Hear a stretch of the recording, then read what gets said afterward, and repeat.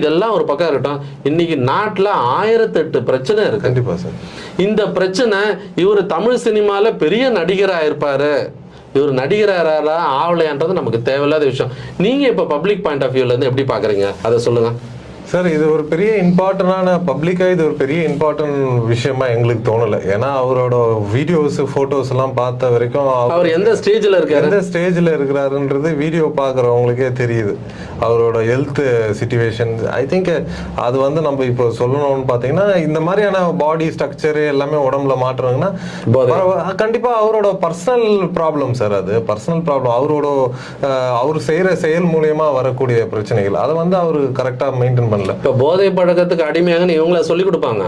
So கண்டிப்பா அது சொல்ல மாட்டேன். அது இண்டிவிஜுவல் பிரச்சனை இல்லை, அது வந்து அவங்க பேரண்ட்ஸுக்கான பிரச்சனை தாங்க. அது ஒரு தனிப்பட்ட மனிதனோட வலிகளை இப்போ அவரை நம்ம வந்து சுட்டி காட்டவோ குத்தி காட்டவோ எல்லாம் சொல்ல. இப்போ உங்களுக்கு ஒரு